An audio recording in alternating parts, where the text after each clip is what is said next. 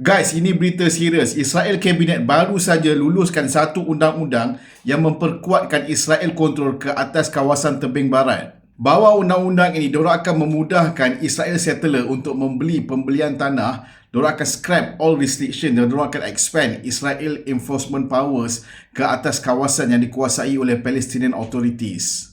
Palestin kata tindakan ini berbahaya disebabkan tindakan itu menjerumus ke arah de facto annexation yang melanggar undang-undang antarabangsa.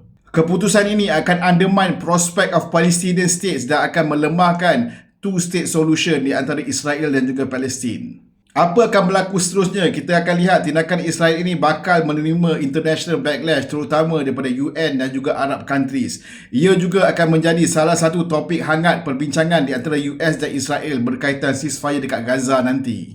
Selain itu, kita akan lihat juga banyak unrest dekat West Bank dan juga protes serta security incidents.